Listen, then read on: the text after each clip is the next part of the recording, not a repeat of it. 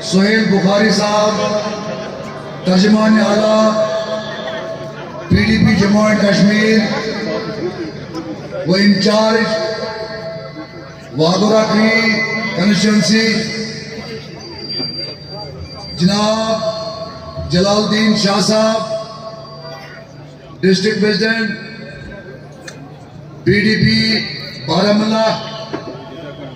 جناب محترمہ بہت بہت شکریہ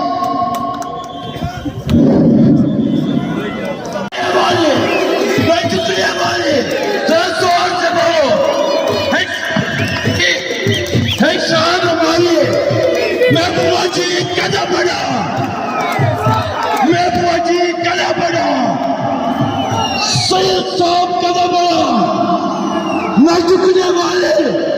نہ بکنے والے، ایک شان ہماری ہے، شان ہماری، زور سے بولو، ایک شان ہماری، نہ جھکنے والے نہ بکنے والے، نہ بابا جی یہ جو پیچھے ہٹائی جائے گی وہ اسمبلی الیکشن کنٹیسٹ کریں گے۔ دیکھیے جو کشمیر کے لوگ ہیں یہ جذباتی تو ضرور ہے، مگر یہ سیاسی طور بہت ہی زیادہ بالغ لوگ ہیں، اور جماعت اسلامی اس سے پہلے بھی الیکشن لڑتی تھی، اور اگر 87 کے الیکشن میں دھاندلیاں نہیں ہو جاتی تو نہ ہی جموں کشمیر میں اتنا خون خرابہ ہوتا اور نہ ہی جماعت اسلامی اپنے آپ کو الیکشن سے الگ کرتی۔ آج بھی ہمیں خدشہ ہے، جس طرح ہم دیکھ رہے ہیں پکڑ دکڑ کا ماحول شروع ہو جاتا ہے الیکشن سے پہلے،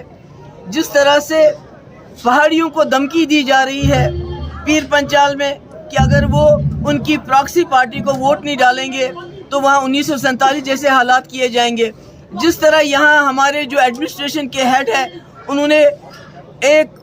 مخصوص برادری کے افسروں کو بلا کے اور دھمکایا ہے کہ اگر آپ پراکسی کینڈیڈیٹ کو ووٹ نہیں ڈالو گے تو ہم ایسا کریں گے ویسا کریں گے۔ تو مجھے لگتا ہے کہیں 87 دوبارہ ریپیٹ نہ ہو،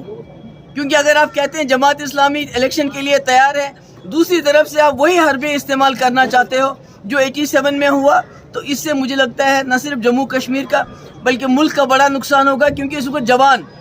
اپنے غصے کا اظہار کرنے کے لیے باہر آ رہا ہے، ووٹ ڈالنا چاہتا ہے۔ اگر آپ اس جوان کی امانت کو خیانت کریں گے، آپ الیکشن کو مینیپولیٹ کریں گے، الیکشن کو دھمکیوں اور بلیک میل کر کے آگے چلائیں گے، تو مجھے لگتا ہے اس سے بڑا نقصان ہوگا۔ میڈم کل عمر عبداللہ نے کہا کہ ہم نے 2014 میں PDP کو ہاتھ دیا تھا اور ہم انکنڈیشنل سپورٹ کے لیے بولا تھا ہمیں منسٹری نہیں چاہیے، لیکن اس وقت PDP نے ہاتھ واپس لیا، کیا ٹیک ہے؟ ایسا ہی سپورٹ جیسے میں نے فاروق صاحب کو کہا